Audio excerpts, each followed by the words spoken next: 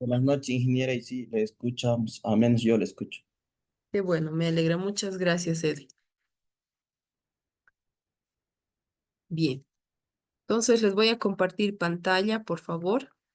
Vamos a empezar a avanzar. Eh, una vez que llevemos lo que lo que tengo desarrollado o enfocado para el día de hoy con ustedes, vamos a tomar un break, vamos a ver unos cuantos videos, vamos a hacer un ejercicio. Y de ahí les voy a dar tiempo para que hagan un ejercicio ustedes y me lo puedan mandar a través de, del WhatsApp, del grupo que tenemos en el WhatsApp o de la plataforma, pero creo que es mejor en el WhatsApp para todos ustedes. ¿Ok? Bien, les compartiré pantalla.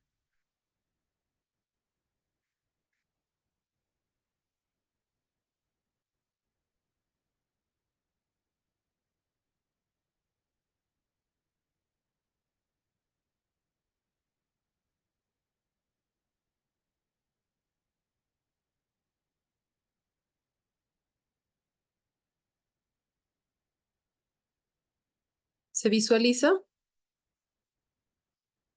Sí, ingeniera, buenas noches. Buenas noches. Muchas gracias. Bien, como estábamos conversando en la anterior clase, nosotros tenemos la guía, o bueno, en este caso, varias guías para que nosotros podamos realizar o elaborar nuestros estudios de diseño, que pueden ser de preinversión, pueden ser de inversión, pueden ser proyectos de riego menor, proyectos de riego mayor. Y anticipadamente a la elaboración de un proyecto, nosotros tenemos una ficha de identificación y validación, que era esta de acá. ¿Se acuerdan que les había mostrado? Con esta ficha, nosotros vamos a poder determinar si realmente el proyecto sobre el cual nos estamos basando o el que queremos proyectar vale la pena hacerlo o no. Como habíamos visto en la anterior clase, en esta ficha nosotros podemos ver un sinfín de, de contenido, de desarrollo que nosotros debemos llenar, ¿no es cierto? En ese contenido nosotros podemos ver distritos, cuencas, población beneficiada, podemos ver qué tipo de área es, qué tipo de cultivo nosotros vamos a cultivar o tenemos proyectado cultivar. Entonces, con toda la identificación de parámetros, podemos validar nuestro proyecto.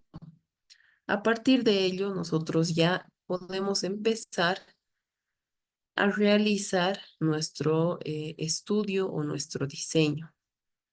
Y cuando empezamos a realizar nuestro estudio o nuestro diseño, ya podemos situarnos en esta guía, ¿no? Si es una guía para la elaboración de una preinversión o si nosotros ya tenemos un proyecto aprobado en una preinversión, ya podemos hacer lo que es un proyecto de riego tecnificado, bien sea mayor o menor. ¿Qué será riego tecnificado? ¿A qué nos referimos con riego tecnificado? ¿Cuál será, cuál será la característica del riego tecnificado? ¿Alguno de ustedes sabe, conoce, ha trabajado en eso?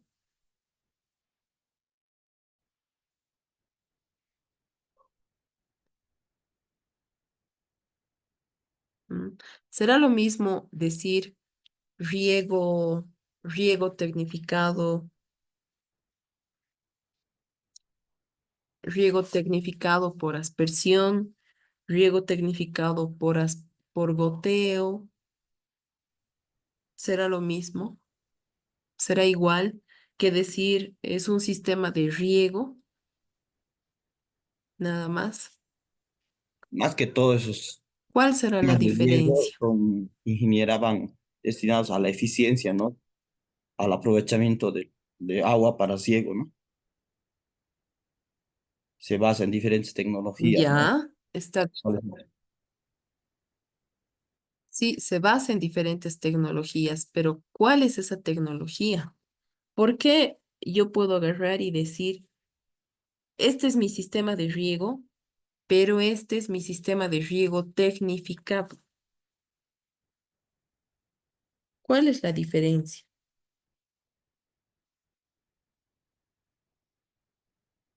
Eso quiero que lo tengamos muy claro porque a partir de ello es que se diferencian nuestros diseños, ¿no?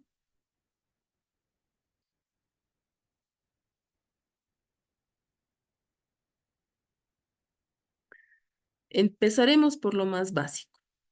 Cuando hablamos de un sistema de riego, eh, estamos hablando sobre un sistema a través del cual yo voy a poder medir, voy a poder monitorear y voy a poder controlar mi riego, ¿no es cierto? Es lo más básico.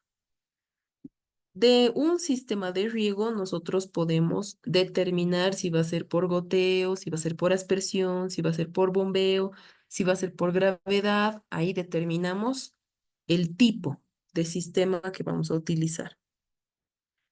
Ahora, cuando decimos vamos a implementar un sistema de riego tecnificado, eso significa que nuestro sistema, además de medir, cuantificar, monitorear y además de decir que va a ser por goteo, por aspersión, por bombeo, por gravedad, por cualquiera de esos métodos, nosotros vamos a planificar y diseñar nuestro sistema. El sistema de riego tecnificado ya no solamente abarca el riego como tal. El sistema de riego tecnificado abarca lo que es la obra de toma, la calidad del agua, el tipo de cultivo. En este caso, abarca también los materiales que vamos a utilizar en nuestro sistema de riego, los materiales qué tipos de componentes. También vamos a poder determinar si vamos a utilizar filtros, si vamos a utilizar válvulas, si nuestro terreno necesita algún corte, algún relleno, es decir, nuestro sistema de riego tecnificado va a abarcar muchos más estudios, mucha más planificación para lo que justamente decía nuestro colega, para poder aprovechar de manera más eficiente el agua, ¿no? Usando tecnología adecuada. Entonces ya no es solamente agarrar y decir, mi sistema de riego voy a medir, voy a cuantificar y voy a monitorear y va a ser por goteo. No, el sistema de riego tecnificado conlleva todo, empezando por la obra de toma, ¿no? De dónde voy a captar el agua, si voy a hacer análisis de calidad de agua, si está mal mi agua, qué voy a necesitar o qué voy a precisar para poder mejorar esa agua y que mis cultivos realmente crezcan de manera adecuada. Qué tipos de materiales voy a utilizar, PVC, acero, si voy a utilizar tanques de almacenamiento, reservorios, si voy a utilizar bombas, porque no me da las cotas, si voy a utilizar gravedad, todo eso. Incluso, colegas, cuando nosotros hablamos de un sistema de riego tecnificado, estamos hablando también de una labor ambiental, de una labor social, ¿no? O sea, dentro de nuestra elaboración de proyecto, tiene que estar considerado un especialista ambiental, un especialista social.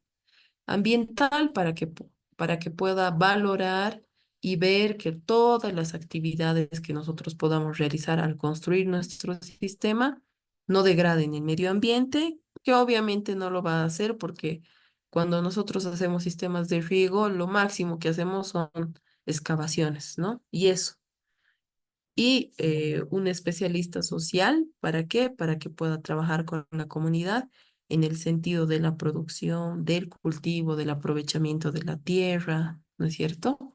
Incluso en la parte social, que es muy importante, y eso les hablaba en la anterior clase, se, se habla bastante sobre los derechos del agua, ¿no? No se olviden que cuando nosotros vamos a un área, y tenemos, por ejemplo, un río a través del cual nosotros vamos a captar o vamos a hacer nuestra obra de toma para nuestro sistema de riego. No se olviden que siempre existen dirigentes, siempre existen dueños, ¿no? De parcelas donde dicen, bueno, el río pasa justamente por mi parcela, así que ¿cuánto me vas a pagar, ¿no? Entonces ahí entra nuestro especialista social para poder llevar a término nuestro proyecto de riego, ¿ya? Entonces, todos esos factores son muy importantes cuando nosotros hablamos del riego tecnificado. Ahora bien, yo les había encomendado a todos que puedan averiguar, que puedan leer lo que corresponde al análisis de calidad de agua. ¿Alguno de ustedes ha podido darle una ojeada a lo que es el análisis de calidad de agua? Habíamos dicho, ¿no? ¿Qué significará el pH? ¿Qué significará? ¿Para qué nos servirá el pH? ¿Para qué nos servirá la conductividad eléctrica? Porque si se acuerdan, en la ficha de identificación, nosotros teníamos para llenar el pH, ¿no es cierto? Y el pH del agua a nosotros, ¿qué nos ayuda a medir? ¿Mm? ¿Qué será el pH?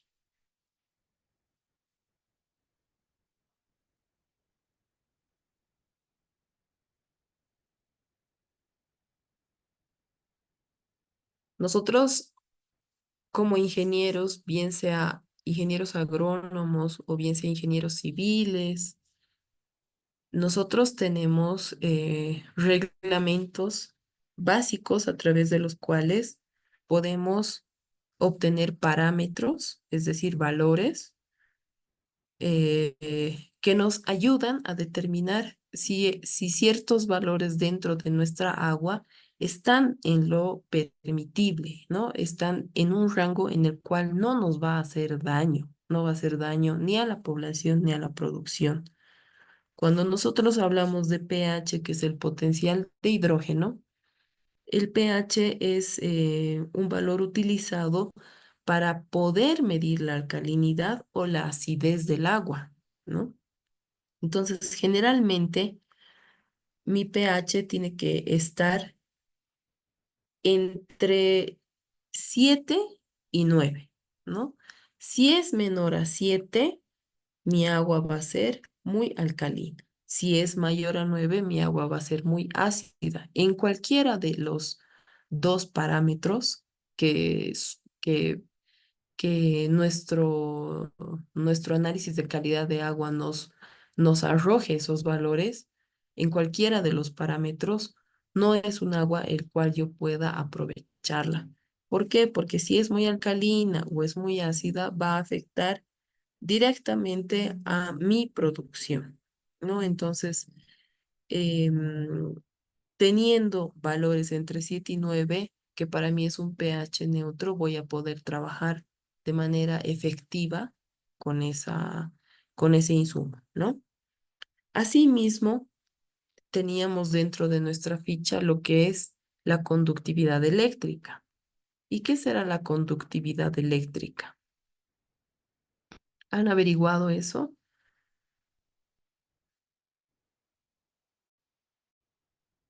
Hola, ¿Para qué buenos nos noches. servirá?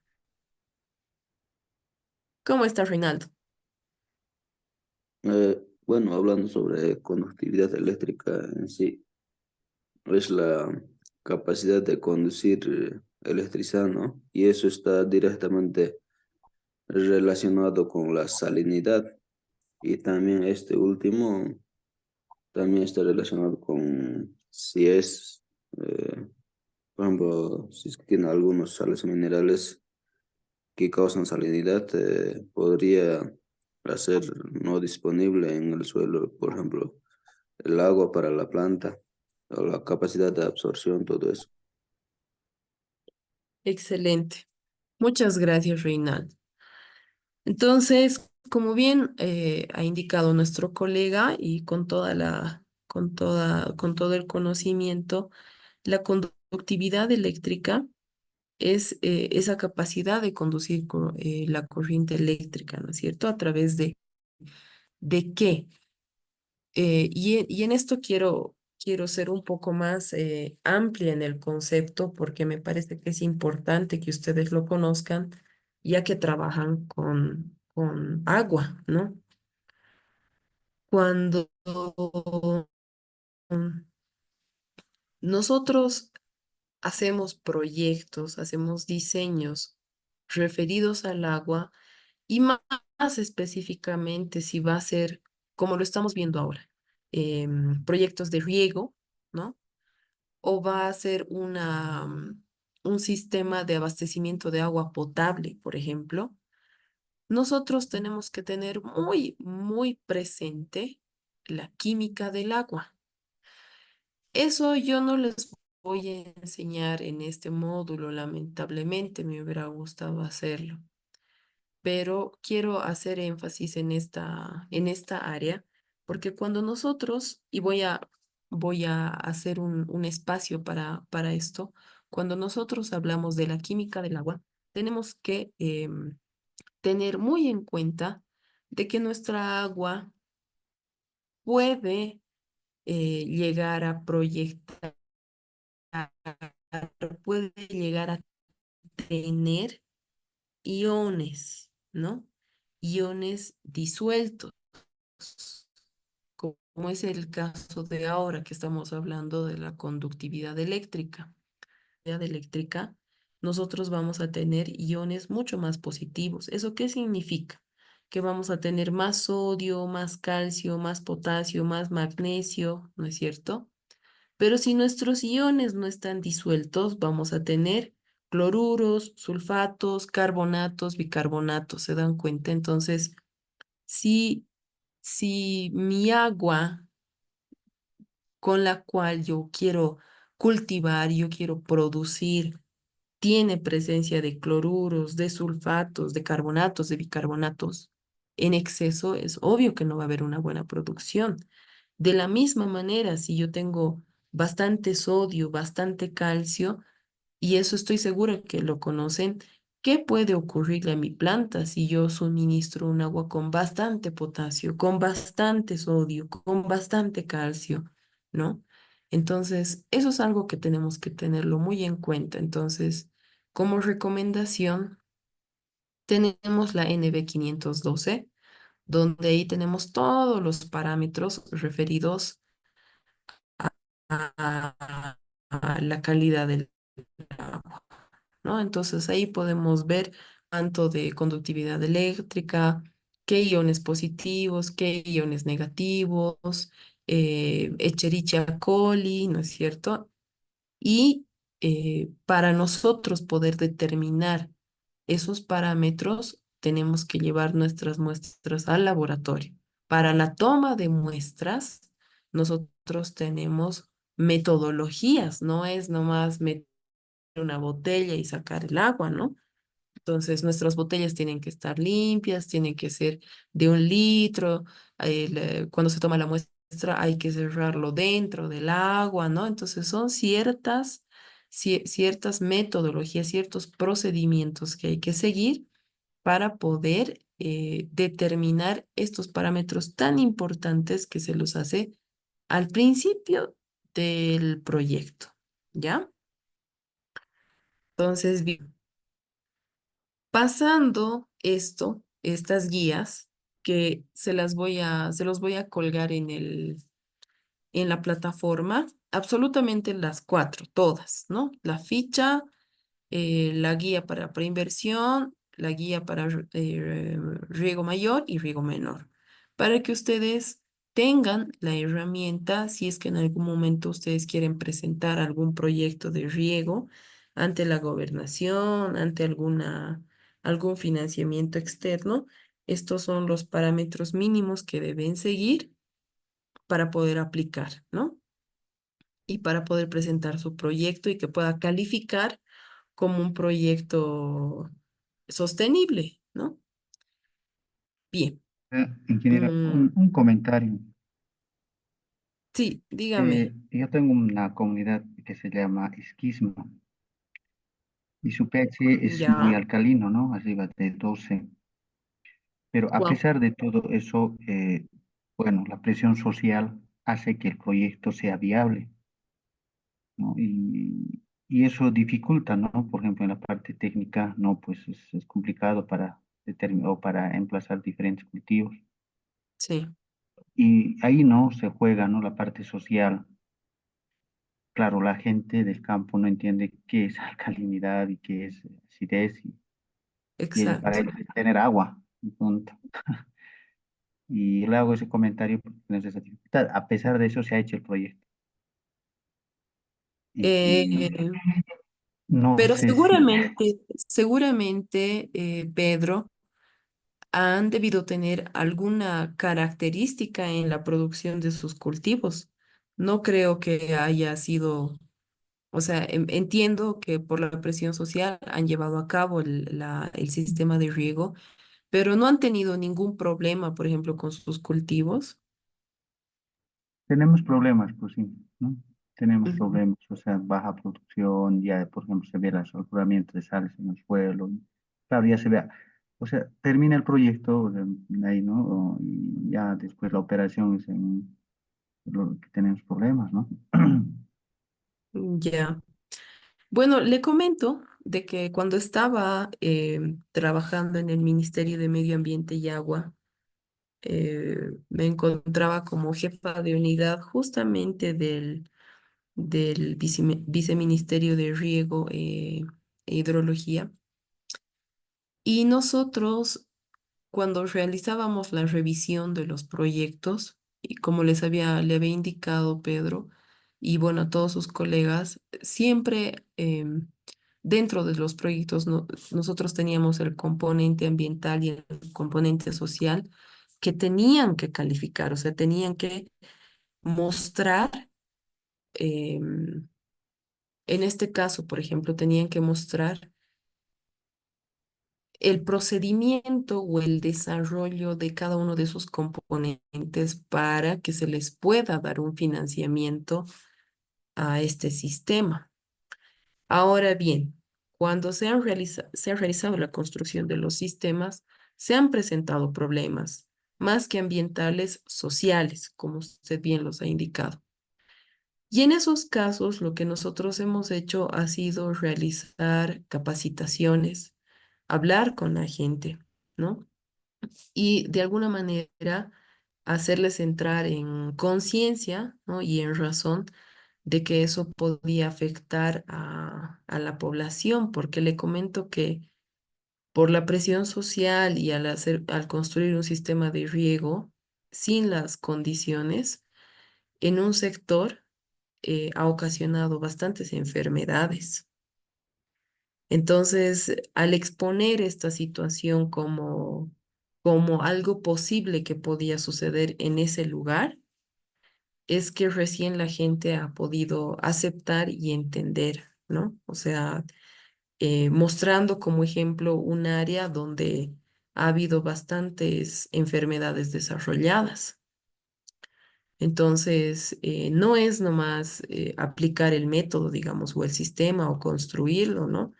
Por ejemplo, yo le digo así de experiencia propia, se ha visto casos en los que por el pH y la conductividad eléctrica del agua, que no son parámetros admisibles, se ha visto de que se han generado bastantes enfermedades del estómago y de vitiligo, o sea, de la piel. Entonces, esos factores, esas consecuencias podrían ser mostradas por ustedes como gobierno, ¿no? No recuerdo bien usted dónde me dijo que está trabajando, pero podría, si es que está trabajando dentro de la gobernación o de alguna alcaldía o subalcaldía, podría mostrarse de esa manera, ¿no? Porque solamente así las personas llegan a entender que es algo que realmente hay que considerar. Nosotros los técnicos nos damos cuenta, hay valores admisibles, hay valores permisibles, ¿no es cierto?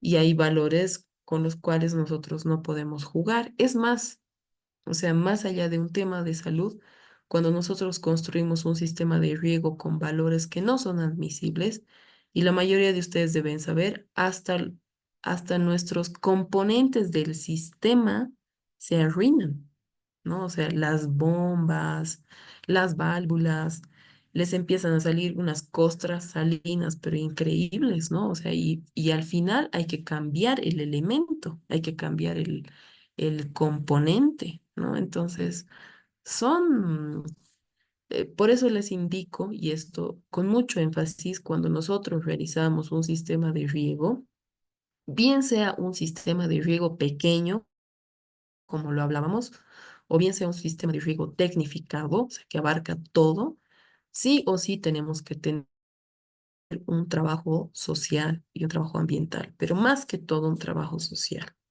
¿ya? Y a manera de experiencia yo le comento, o sea, la única manera de hacer entender a los pobladores del lugar para el cual hemos implementado un sistema de riego ha sido mostrar las posibles enfermedades que podían ellos tener al no hacer un filtrado, ¿no? Al no hacer una limpieza del agua madre que nosotros íbamos a tomar. ¿Ya? Entonces, es importante tener en cuenta estos valores, por eso es que eh, los estoy, más que estimulando, les estoy exigiendo un poquito a todos ustedes que puedan leer la norma, no solamente de los parámetros del agua, sino de cómo tienen que ser tomadas las muestras. ¿Qué significan esos valores? ¿Qué significa la conductividad eléctrica, el pH, la alcalinidad, Escherichia coli? ¿Qué significa? O sea, ¿hasta cuánto yo puedo tener? Es muy, muy importante. Y es también, y eso entra dentro del diseño. Hay que hacer un análisis de esos parámetros, sí o sí, ¿no? Hay que hacerlos. Por eso es que les voy a compartir las guías y cuando ustedes vean las guías, en las guías nosotros tenemos bastantes apartados en los cuales hay que describir ese análisis para que nosotros mismos a conciencia digamos, realmente de este punto no puedo tomar agua o de este punto sí puedo, ¿no? Es por eso es que existe una ficha para saber si realmente vale la pena o no hacer ese sistema. Muchas gracias, Pedro, por el comentario. La verdad es que cuando uno habla sobre las experiencias del trabajo, creo que es cuando uno más aprende porque aplica lo que ha aprendido en la teoría, lo aplica en el ámbito laboral y ahí uno realmente se da cuenta del gran trabajo que hacemos los ingenieros, pero también del trabajo tan particular que nos puede llevar vidas, ¿no? O sea, ahí también nace la pasión hacia la vocación hacia nuestra profesión.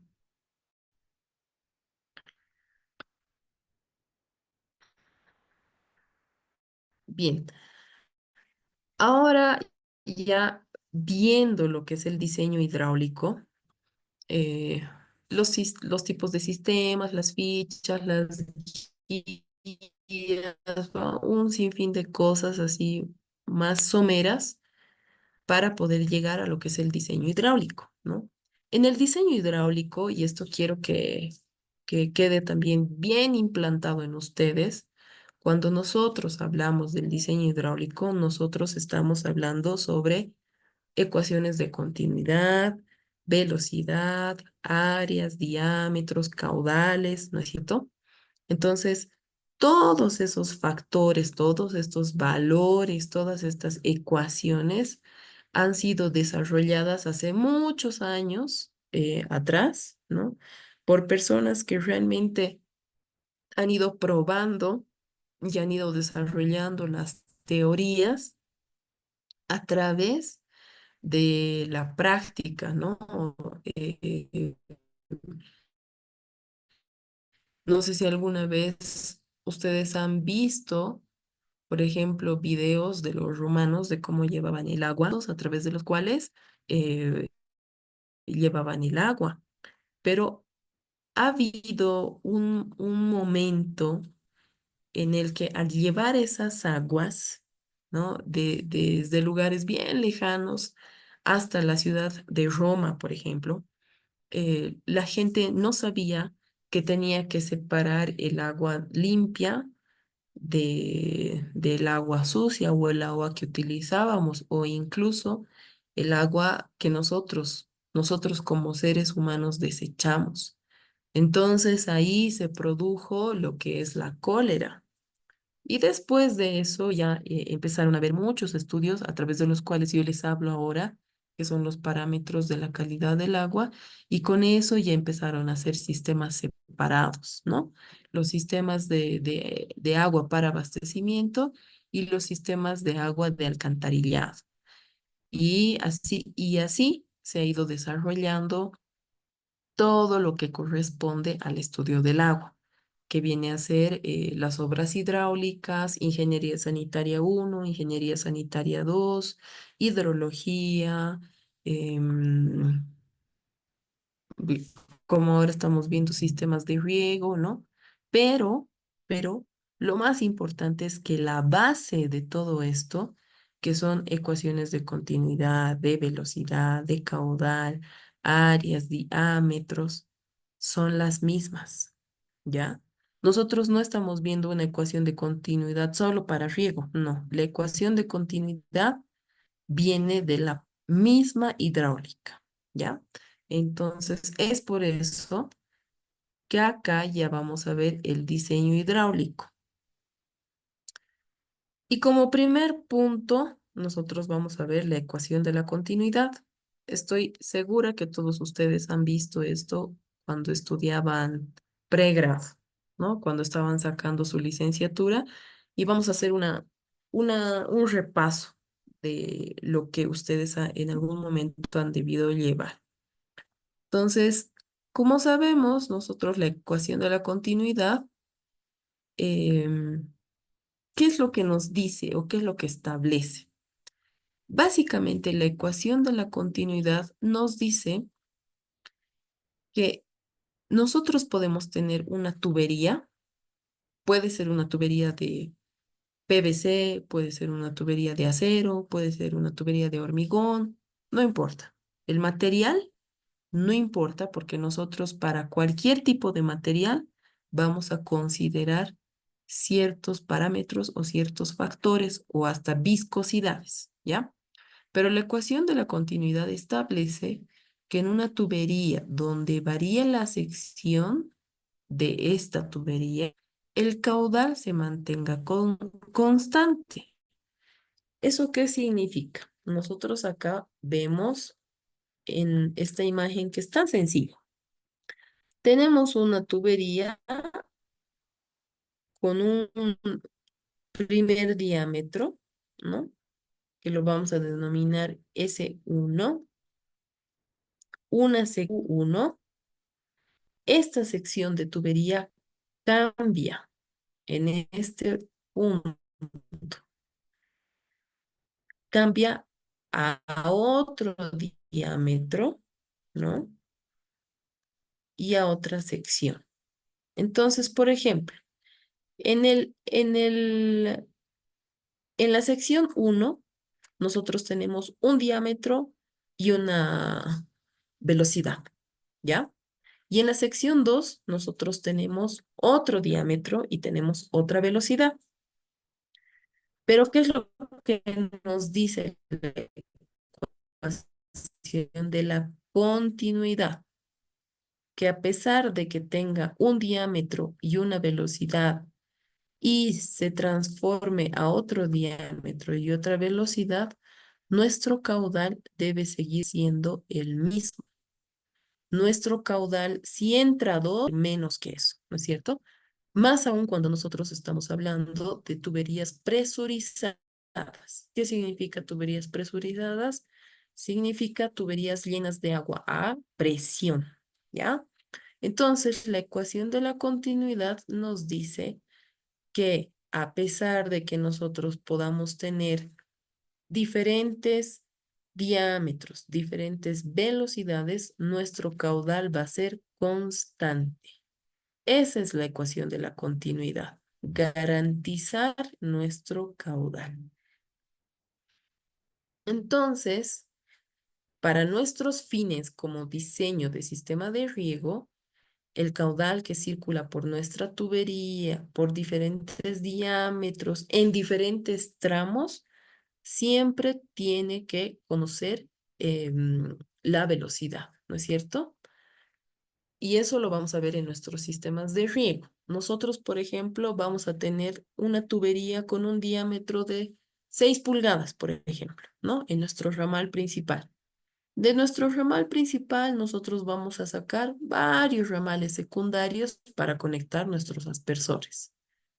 Entonces, nuestro ramal secundario será de 2 pulgadas, ¿no es cierto? Y vamos a colocar 100 aspersores.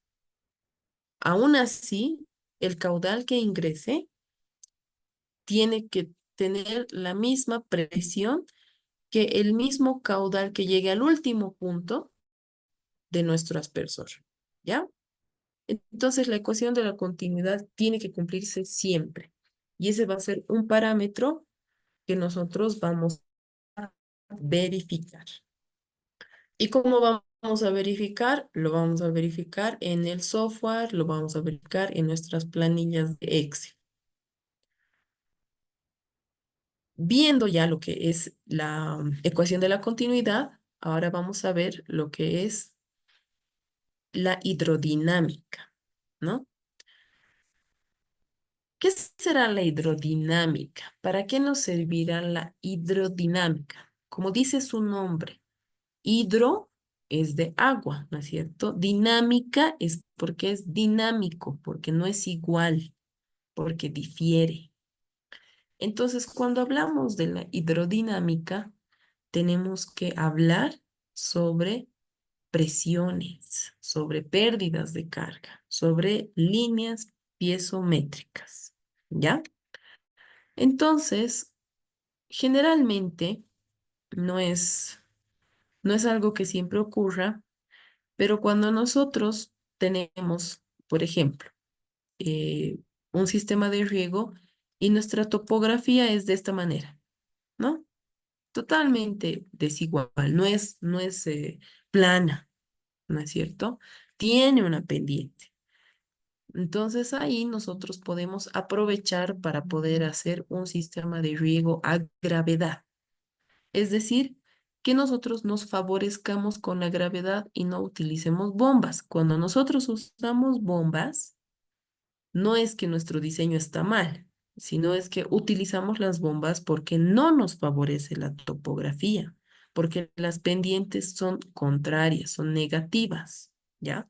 Pero si nosotros tenemos pendientes positivas, como es el caso, como es este ejemplo, entonces aprovechamos la gravedad para hacer sistemas por gravedad.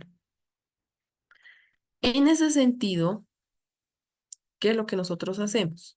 En la cota más alta generalmente disponemos de un tanque de almacenamiento o reservorio, ¿ya? Y en la cota más baja nosotros vamos a disponer de nuestra llave que la vamos a manipular y de la llave va a salir nuestra red principal y nuestras redes secundarias para nuestro sistema de riego, ¿ok? Pero antes de llegar a esto, vamos a concentrarnos hasta este punto, desde aquí hasta aquí. Entonces, bien, en la cota más alta nosotros disponemos de un tanque de almacenamiento o reservorio.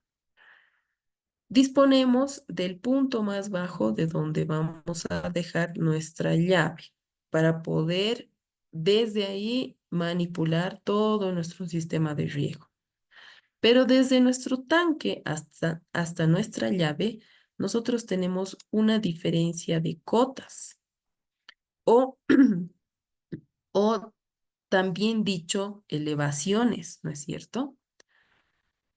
Y cuando nosotros tenemos esta diferencia de alturas, nosotros tenemos que considerar la presión dinámica en todos los puntos en los que nosotros vamos a colocar accesorios. Tenemos que considerar nuestra línea piezométrica y tenemos que considerar nuestra pérdida de carga. Entonces son tres conocimientos o tres conceptos, mejor dicho, que nosotros tenemos que tener en cuenta: la pérdida de carga, la línea piezométrica y la presión dinámica en los puntos que nosotros tenemos que verificar para que no haya golpe de ariete, para que no haya rupturas de tubería, para que no haya eh, presiones negativas o niveles estáticos contrarios en nuestros sistemas, ¿ya? Entonces, acá se los he colocado una definición de justamente de lo que estamos hablando. Por ejemplo, nos dice acá, la línea trazos, esta línea, esta que la vemos aquí, la línea punteada, ¿no es cierto? Es una línea imaginaria que une los puntos donde llegarían las columnas de agua. Esto que vemos en color negro es nuestra columna de agua y se denomina línea piezométrica. Entonces, esta de acá es nuestra línea piezométrica o línea del gradiente hidráulico. La altura de las columnas de agua, en este caso, en que el agua está en movimiento, representa la presión dinámica. Entonces, esta altura que nosotros tengamos, a nosotros nos va a decir, bueno, acá nosotros tenemos 20 metros columna de agua, ¿no? Y por ejemplo, y por si acaso, dentro de la hidráulica, nosotros tenemos valores a través de los cuales no podemos sobrepasar, por ejemplo, una presión dinámica, es decir, 1 metro columna de agua.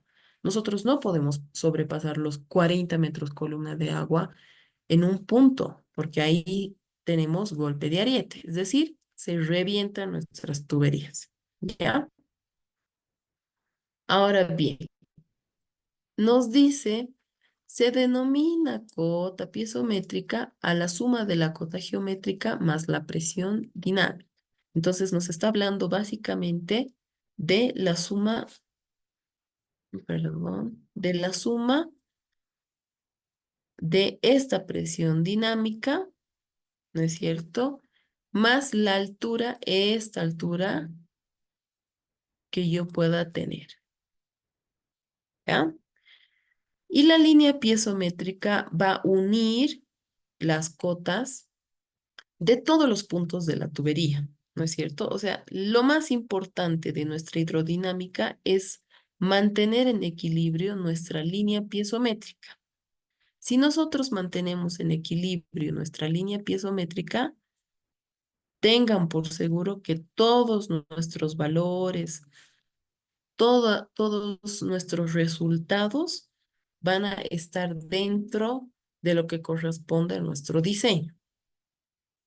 Y de la misma manera, nosotros vamos a verificar nuestra presión dinámica en cada uno de los puntos. ¿A través de qué? A través de nuestras planillas en Excel o a través de nuestro software, para nosotros saber que en cada punto de la tubería se está verificando la presión dinámica y no va a ocurrir ningún tipo de ruptura, ningún tipo de problema.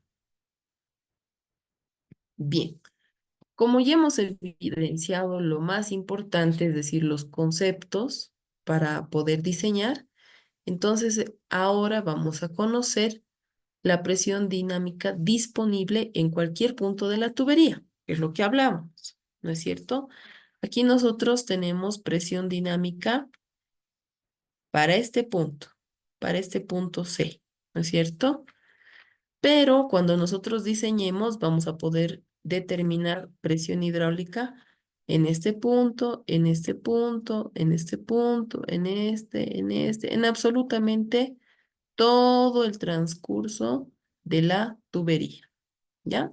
No se olviden que de nuestro reservorio a nuestra llave, ¿cómo llevamos nosotros el agua? A través de una tubería, ¿no es cierto? Que vamos a aprovechar por la gravedad. Entonces, esa tubería tiene que estar totalmente comprobada para que no exista un exceso de presión en este punto. Bien. Ahora, volviendo a lo que es la hidrodinámica o la presión dinámica, mejor dicho, en cualquier punto de la tubería.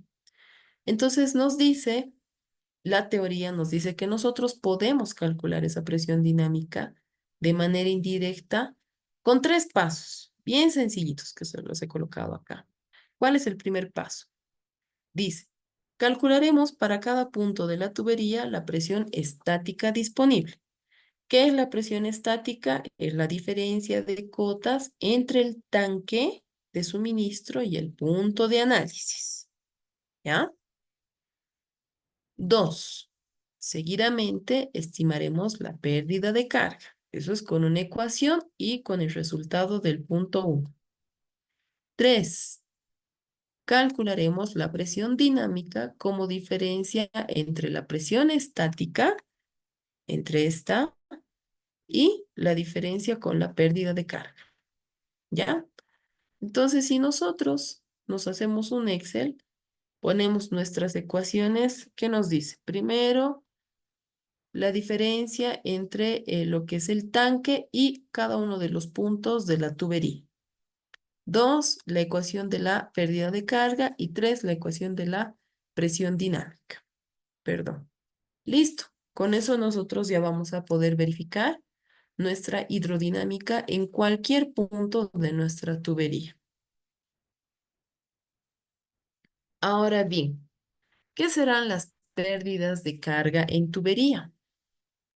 Cuando nosotros ya hemos determinado nuestras líneas piezométricas, nuestras presiones dinámicas, nuestras presiones estáticas, nosotros tenemos que determinar las pérdidas de carga en las tuberías.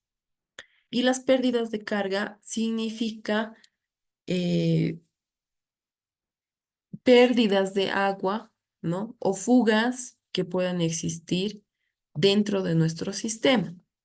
Aquí, de una manera muy simple, se han definido a las pérdidas de carga continuas como HF y a las pérdidas de carga accidentales, singulares o localizadas como HS. Y también hay un HF, un HT, perdón, que ahorita vamos a indicar qué significa.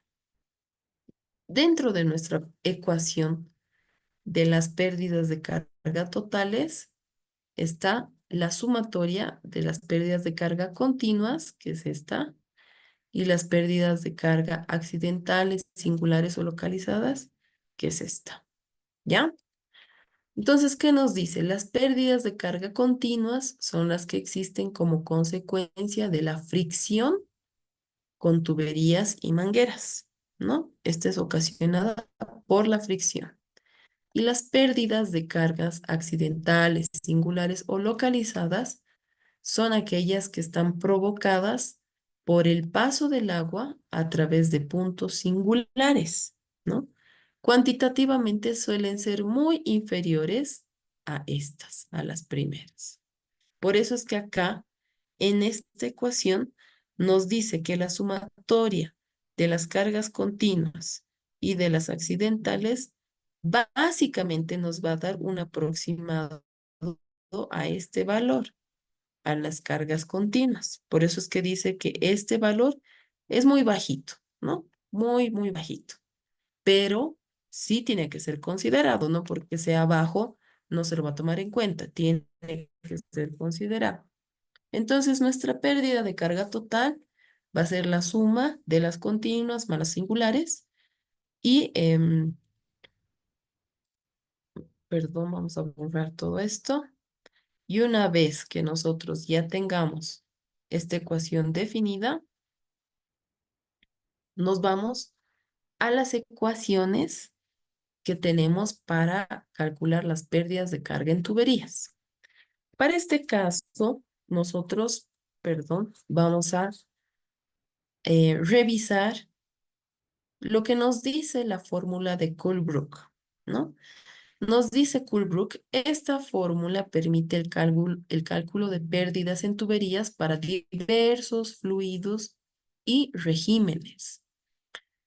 Dentro de lo que viene a ser la hidráulica, nosotros tenemos diversos regímenes hidráulicos, ¿no? En realidad tenemos tres. ¿Alguno de ustedes conoce los regímenes hidráulicos?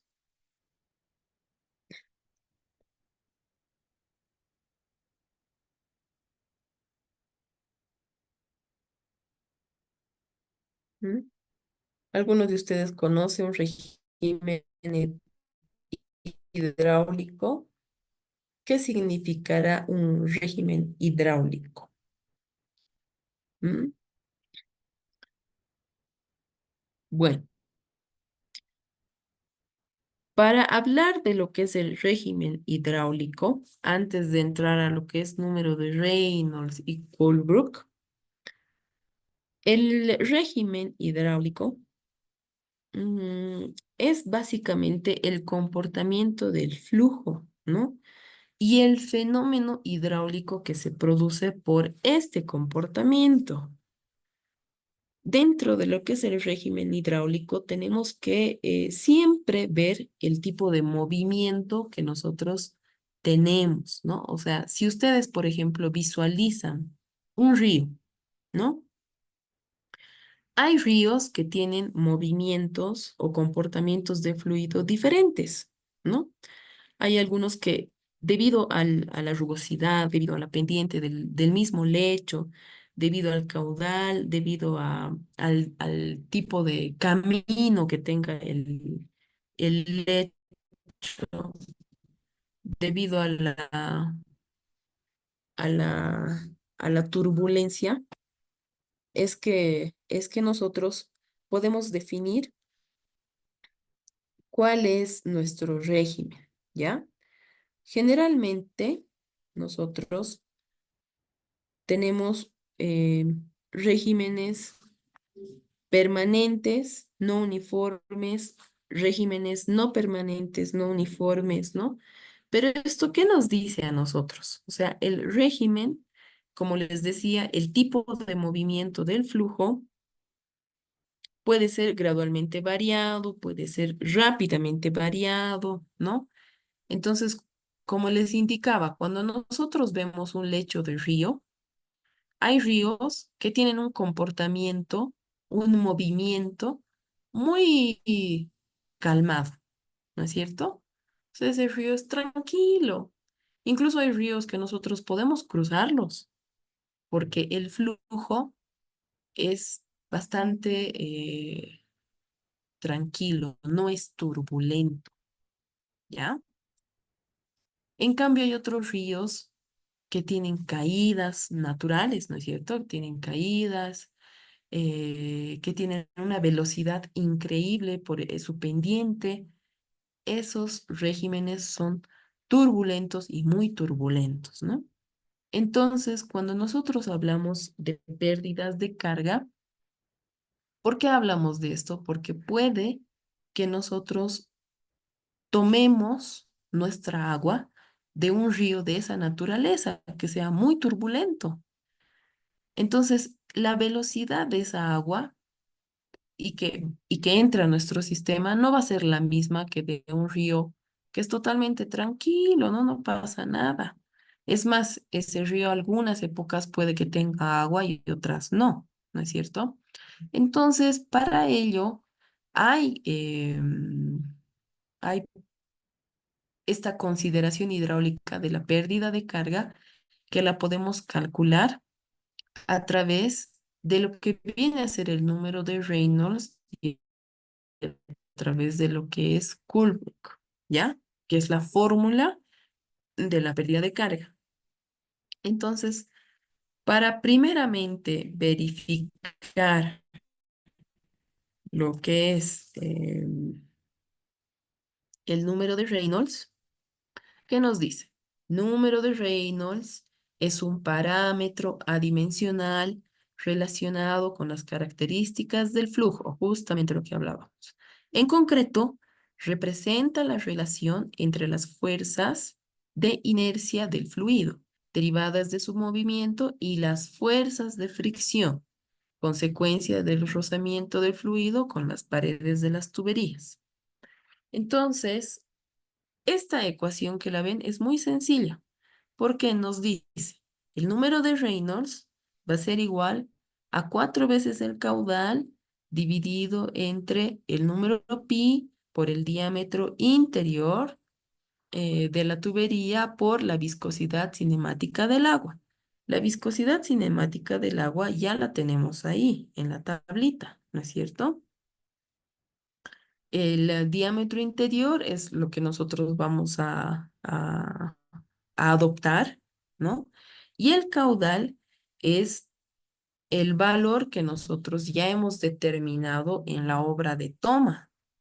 ¿Se acuerdan cuando yo les decía, nosotros determinamos el caudal en la obra de toma y en ese mismo punto nosotros tomamos la muestra de agua, ¿no es cierto?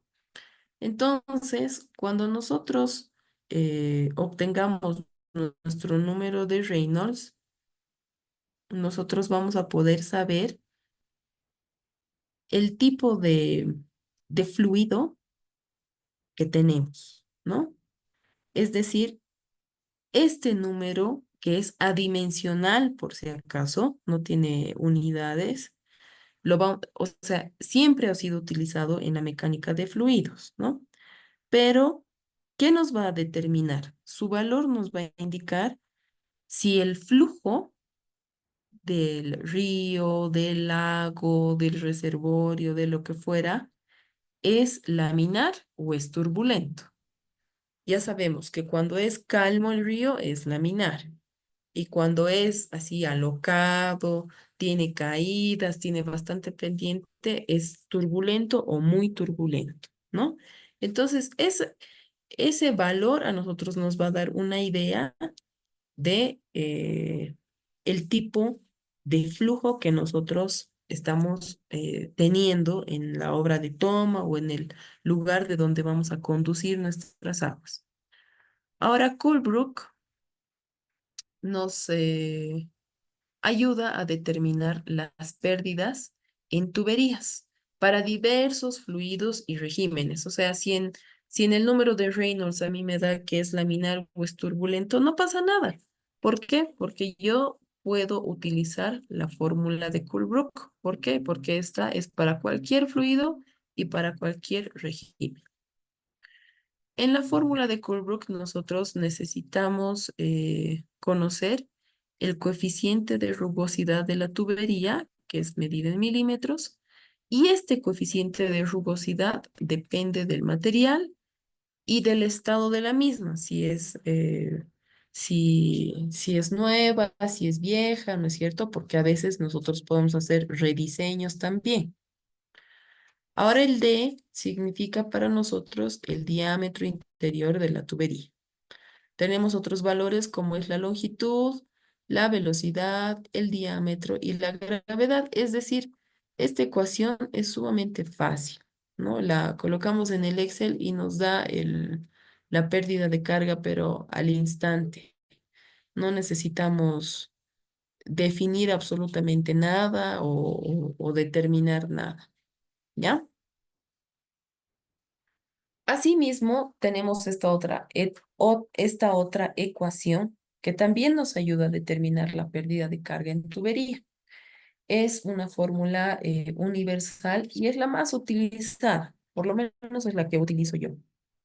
Y es la denominada de Heisenberg-Williams. Entonces, esta ecuación es bien versátil.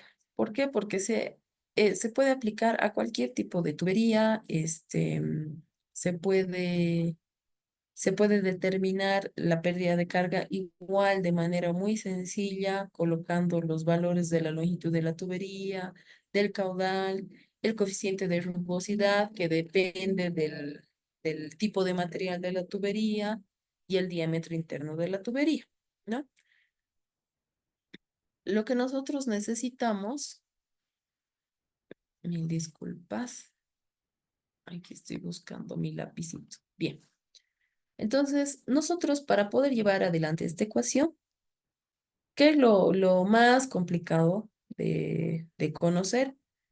Y lo tenemos, es el coeficiente de rugosidad, ¿no? O sea, si nosotros estamos utilizando una tubería de PVC, un poliducto, un HG, ¿no es cierto? Para cualquiera de los materiales, nosotros ya tenemos nuestro valor C, ¿no? Que como les decía, depende específicamente del tipo de material, si este material se desgasta muy rápido o no, no tiene unidades por si acaso. Luego el caudal es algo que lo determinamos al inicio de nuestro sistema. La longitud de la tubería es la que nosotros también determinamos desde el punto de toma hasta nuestra llavecita, ¿no es cierto? ¿Se acuerdan de la imagen de la hidrodinámica, ¿no es cierto? Que aquí teníamos nuestro tanque de almacenamiento y aquí nuestra llave y nuestra tubería iba así, ¿se acuerdan? Entonces, de esta tubería nosotros indicamos la longitud, el diámetro, el caudal con el cual está bajando el agua, ¿no? Por esa tubería. Y para esta tubería nosotros determinamos la pérdida de carga. Listo.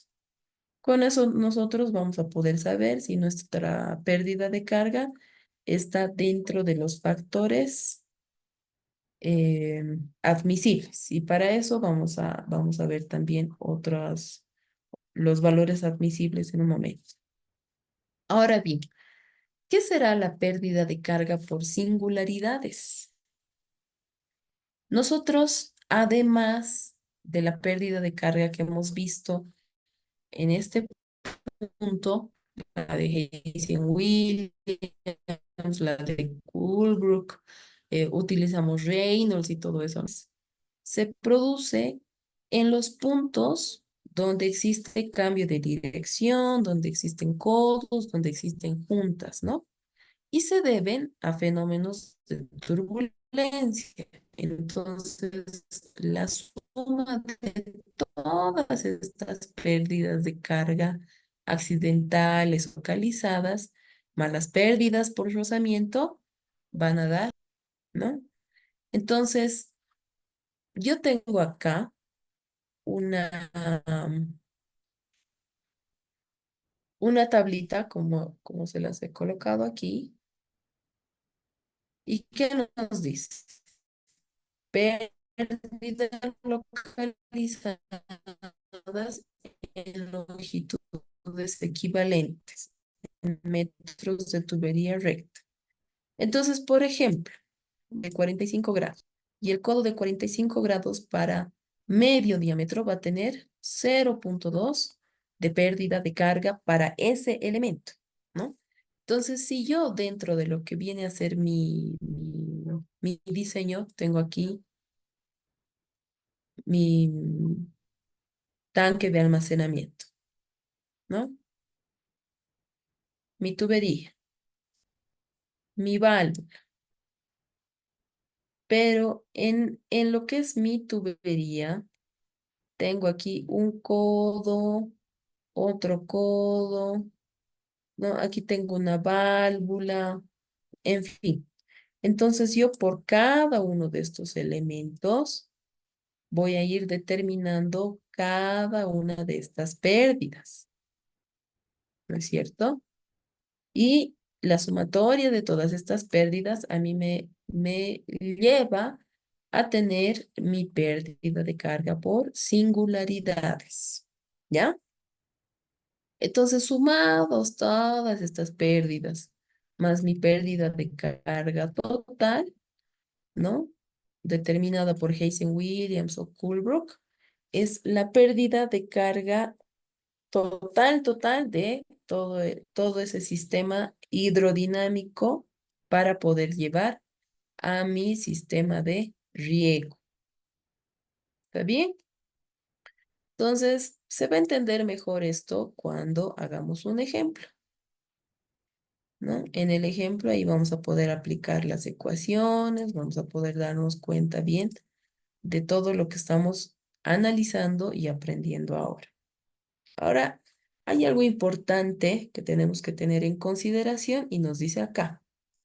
Salvo casos excepcionales, las pérdidas de carga localizadas solo se pueden determinar de forma experimental y puesto que son debidas a una disipación de energía motivada por las turbulencias. Para el caso, consideraremos el cálculo a través de la longitud equivalente. La longitud equivalente también tiene una ecuación. Las pérdidas en cabezal del sistema de riego también deben considerarse, ya que son accesorios que están destinados a filtrar, a tratar, a medir y a suministrar el agua de la red. ¿Ya? Ahora bien, dentro de nuestro diseño hidráulico existe un coeficiente de Christiansen. El coeficiente de Christiansen básicamente se refiere a qué? Es el cálculo de las pérdidas de carga en una tubería con distribución discreta al gasto, discreta a un régimen permanente y uniforme. ¿Correspondiente a qué? A un caudal constante por derivación y salidas equidistantes. ¿Ya? ¿Eso qué significa?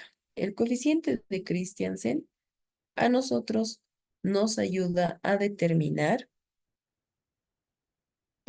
las pérdidas de carga para nuestros ramales de nuestros emisores. Nosotros, como se los había dibujado, teníamos nuestro tanque de almacenamiento, nuestra tubería, nuestra válvula.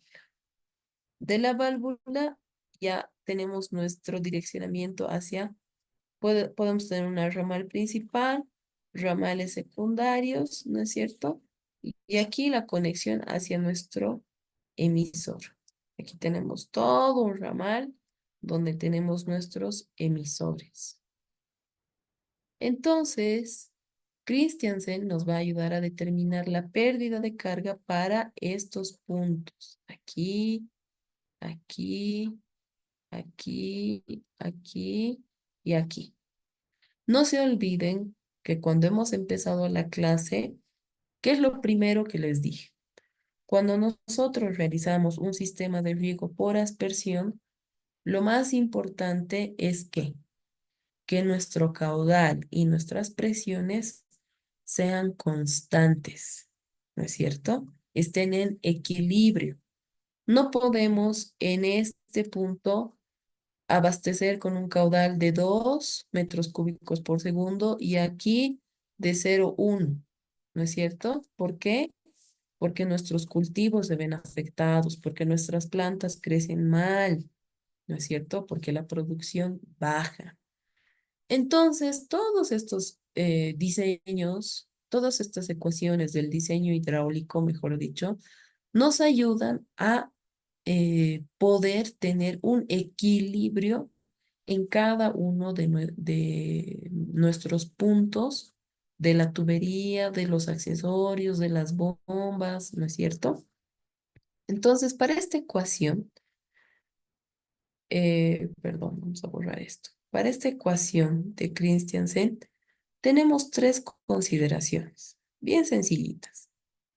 La primera, en la que nos dice que desde el punto del ramal hacia nuestros emisores, nosotros tenemos que considerar una distancia, eh, por ejemplo, EAS le coloca, ¿no? Es una distancia, digamos X, ¿ya? Aquí también es X y aquí también es X, ¿no es cierto? O sea, son equidistantes, ¿ya? Unas entre otras, son iguales. Para este caso, cuando nosotros tenemos o queremos diseñar este tipo de ramales, usamos esta ecuación. Para cuando nosotros tenemos nuestro punto de salida, ¿no? Hacia nuestro ramal, y ni bien a la salida tenemos un emisor y el siguiente, y entre todos es la misma distancia, lo mismo, son equidistantes. Pero aquí, ¿cuál es la característica? Que de nuestra salida tenemos un emisor. Para este caso, nosotros utilizamos esta ecuación.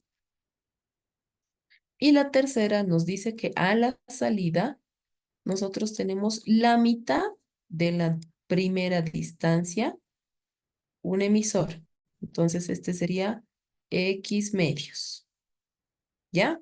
Y aquí ya no sería X medios, sería X, X, X. ¿Se dan cuenta? Entonces, aquí es para una distancia completa a la salida del emisor y aquí a media distancia. A media distancia nosotros utilizamos esta ecuación. Bien sea para la 1, 2 o 3 situaciones en las que yo pueda tener distribución discreta del gasto, yo voy a tener dos, dos factores importantes a considerar. Uno es el N y el otro es el M. Y acá nos dice, el N es el número de salidas. Es el número de salidas. Y el M es constante en función del material, ¿ya? Y esta constante en función del material también ya viene designado, porque esto ya lo han estudiado, ya lo han definido de una manera empírica, pero ya lo han definido, ¿no? O sea, a través de muchos trabajos en campo han ido definiendo el coeficiente. Y para la constante en función del material, que puede ser para este autor, ¿no? Con M 1.75. Para Hazen Williams o Luding, con M 1.852. Para Scooby o Meyer, 1.9. O sea, pueden utilizar cualquiera de los tres valores. En mi caso en particular, yo utilizo Hazen Williams siempre, toda la vida, y utilizo como coeficiente constante en función del material 1.852. ¿Ya? Porque es el que mejores resultados me ha dado, es el que más se asemeja a las comprobaciones del número de Reynolds, a todo mi diseño hidráulico, ¿ya? Entonces, hay variedad. Podemos adoptar 1.75, podemos adoptar 1.852, podemos adoptar 1.9. Eso ya depende de ustedes. Cuando ustedes hagan la determinación del coeficiente de Christiansen, siempre coloquen, se adopta el coeficiente ejemplo, Blasius M 1.75 y lo reemplazan. Entonces así yo voy a saber cuál están adoptando.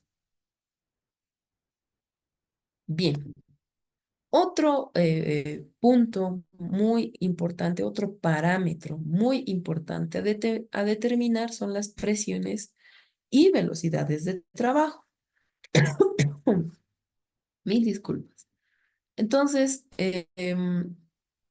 como en todo sistema de agua, y por si acaso esto también lo pueden revisar en la norma boliviana, en la 689 de distribución de agua y en la 688 de alcantarillados sanitarios, nosotros tenemos velocidades mínimas y máximas con las cuales podemos establecer nuestras presiones y nuestras velocidades. Entonces, Para qué yo necesito establecer una presión, para qué yo necesito establecer una velocidad, para asegurar que mi sistema va a estar en correcto funcionamiento, ¿no? Entonces, estos son valores límites, son valores de presiones y de velocidades que no debemos sobrepasar para garantizar un óptimo funcionamiento. Y esto básicamente es para todas nuestras tuberías, ¿ya? Entonces, cuando hablamos de presiones, vamos a hablar de dos, ¿no es cierto? Para el sistema de riego. Presiones en la red, es decir, donde está nuestra ramal principal, nuestros ramales secundarios, y presiones en los emisores, donde salen nuestros aspersores, ¿ya? Cuando hablamos de presiones en la red, la mínima presión que yo tengo que tener es de 2 metros columna de agua, es lo mínimo. Cuando ustedes abren la pila de su lavaplatos o de su lavamanos, ¿con cuánto de presión sale? ¿Alguien de ustedes sabe?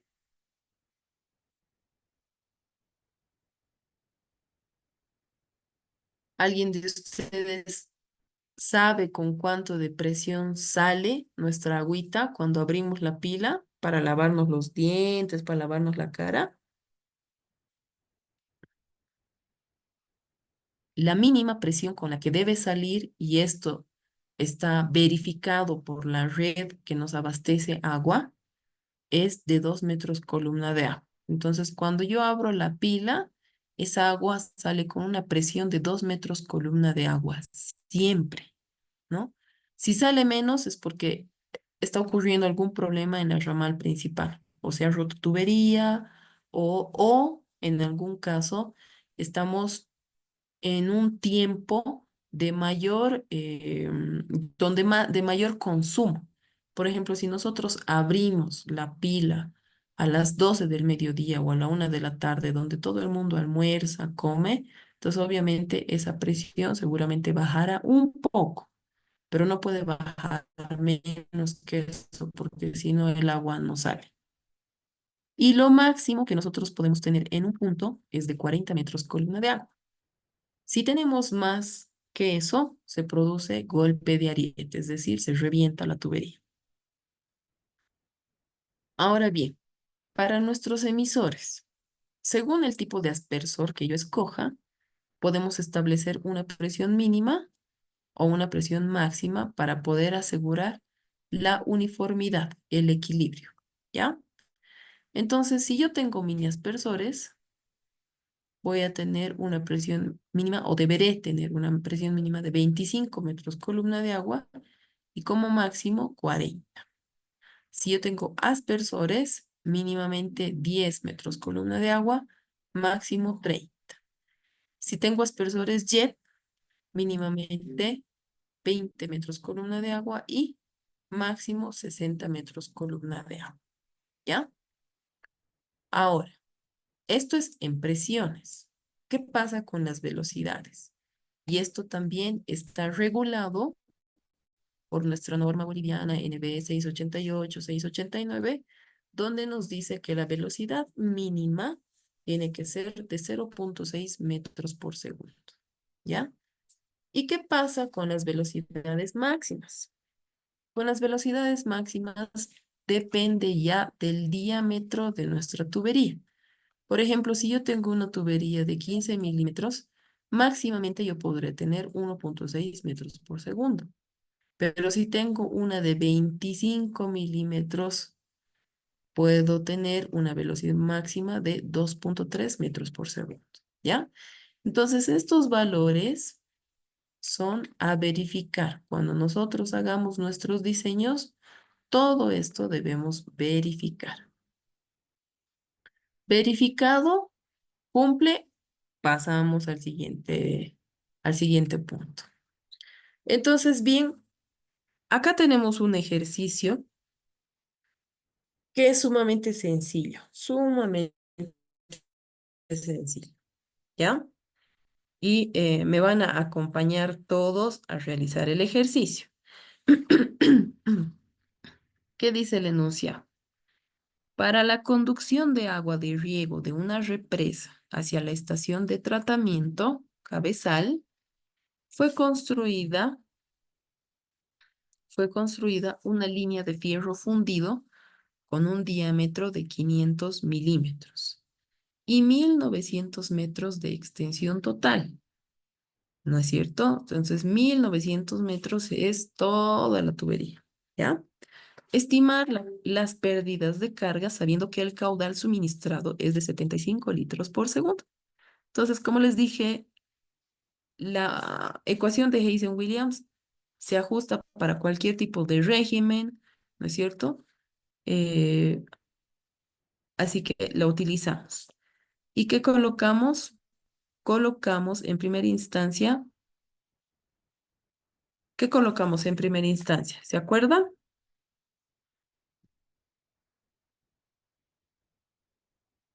La longitud del tramo. La longitud del tramo, pero la longitud del tramo lo tenemos aquí. ¿Qué significará este valor? ¿Este valor será que viene por defecto o será que lo determinamos?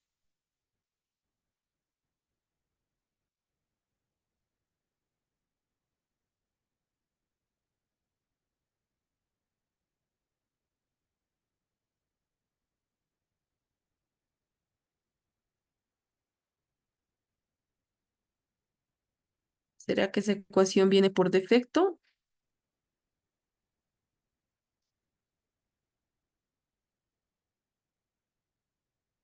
o la estamos determinando? ¿O de dónde viene? A ver, volveremos atrás. Veremos la ecuación de Heisenberg-Williams para que no se equivoque.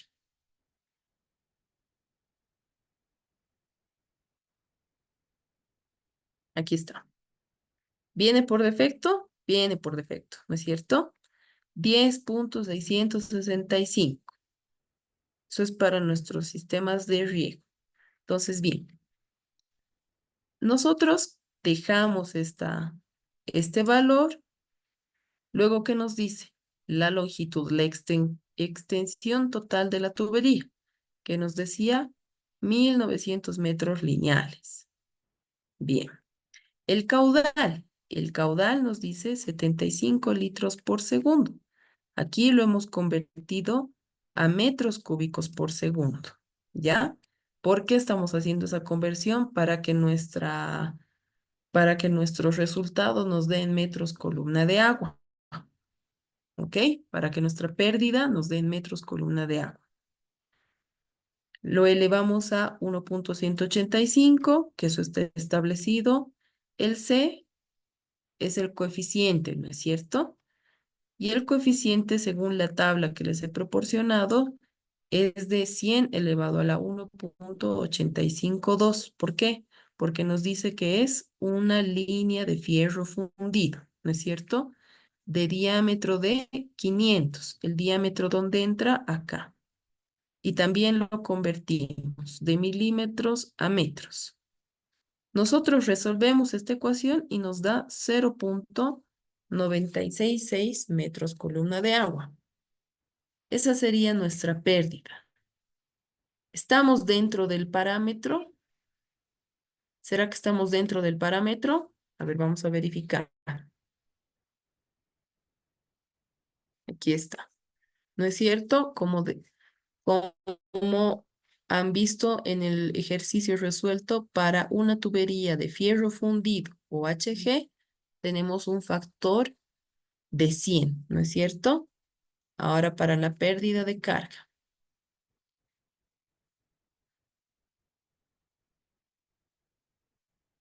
Para la pérdida de carga. Ah, ya. Acá no se los he colocado los parámetros de la pérdida de carga, ¿ya? Sin embargo, este ejercicio que hemos resuelto ahora, que es sumamente sencillito, entonces ahora yo les voy a dar un ejercicio a ustedes para que lo resuelvan. ¿ya? Y eso me lo van a mandar por el WhatsApp. Yo considero de que ese ejercicio les va a llevar una media hora, unos 40 minutos en realizarlo. Pueden hacerlo en el Excel, no hay ningún problema sobre eso. Pueden hacerlo también con calculadora científica, pueden hacerlo a mano, luego lo escanean y me lo mandan por el WhatsApp, como ustedes gusten, ¿ya? Lo único que no se olviden es su nombre completo, el módulo del diplomado y me lo envían esta noche. ¿Está bien? Ahora, para la siguiente clase, que ya vamos a entrar a hacer básicamente lo que es el diseño, vamos a ir viendo los tipos de sistemas que podemos utilizar, ¿no? Es decir, ya sabemos que nosotros estamos diseñando una, un sistema de riego por aspersión, ¿no? Eso está más que claro. Pero, ¿qué pasa cuando nosotros, además del diseño hidráulico, ya empezamos a seleccionar todos esos valores, ¿no? Es decir, tomamos en cuenta factores como ser el cultivo, el suelo, el clima, la cantidad y la calidad del agua, qué rentabilidad hay en mi producción, qué infraestructura disponible tengo yo, qué preferencias de producción hay, qué impacto ambiental. Entonces, cada una de estas nos va a ir determinando ya nuestro sistema. Ahí ya vamos a ver lo que es la obra de toma, cámaras desarenadoras, aducciones, distribuciones y nuestros emisores, ¿ya? En cuanto a los emisores, hay varios tipos y eso ya depende básicamente incluso hasta de la fábrica con la cual nosotros vamos a trabajar, ¿no? O sea, del tipo de aspersor, porque hay aspersores que tienen más salidas, que se regula solo a la presión, que se puede monitorear, que se puede proyectar el regado. Entonces, eso ya va a depender del tipo de aspersor que nosotros vayamos a seleccionar, ¿ya? Después de eso vamos a ver los componentes para poder instalar nuestro sistema de riego. Ahí vamos a ver las presiones, la conducción, los cabezales, las líneas de distribución, eh, las distancias entre los aspersores, qué tipo de aspersor y todo ello, ¿no? Y con eso ya entraríamos al software y vamos a hacer un proyectito bien bonito. Cada uno de ustedes va a ir regulando, pero al hacer su proyecto tiene que ir corroborando todo el diseño hidráulico, ¿no? Las presiones, las velocidades, el tipo de tubería, los coeficientes, si se comprueba, si no se comprueba, etcétera. ¿Ok? Entonces, les, eh, les voy a enviar, por favor, la práctica número 1. Denme un momentito.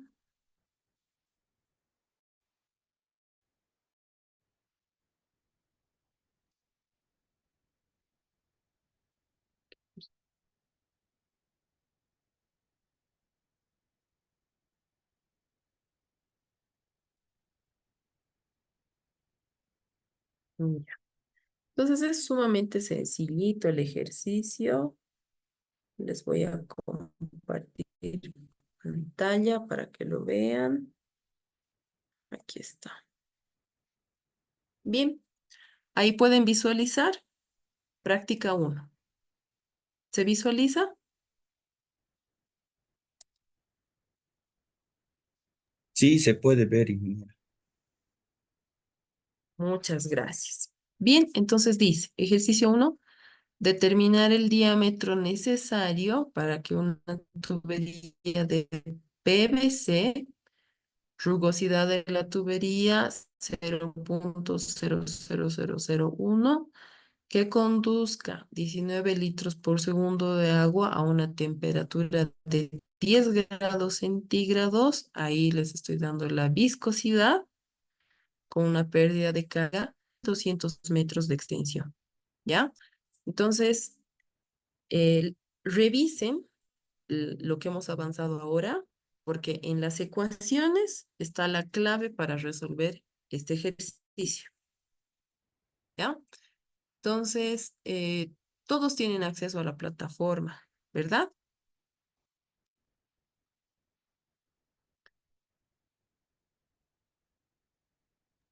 Sí, ingeniero, En la tenemos el acceso. plataforma, perfecto. Entonces, en la plataforma, en este momento les voy a colgar la diapositiva. Ahí van a revisar las ecuaciones, todo lo que hemos avanzado, y les voy a colgar también la práctica. Resuélvanlo. Y una como plazo máximo porque es sumamente sencillo el ejercicio. Y me lo mandan por el grupo de WhatsApp o lo suben a la plataforma, no hay ningún problema. ¿Ya? Entonces, bien, los voy a dejar con los minutos que, bueno, les he dado la anterior clase como break. Ahora los voy a dejar con esos minutos y vuelvan a ver las diapositivas, repasen y resuelvan el ejercicio. Y que tengan un excelente domingo todos. Mañana, ingeniero, ¿hasta qué hora podemos entregarlo? Hasta las 12 de la noche, no hay problema, Ya, pero hasta mañana, ya, gracias. no hay problema. Que tengan buena Inge, buenas noche. noches. Una consulta. Buenas noches. Dígame. No sé si se va a subir el video para poderlo revisar o en lo que va a subir en la práctica va a estar las fórmulas, todo eso para poder hacer el ejercicio. Sí, en la práctica, como han visto, está el enunciado, ¿no es cierto?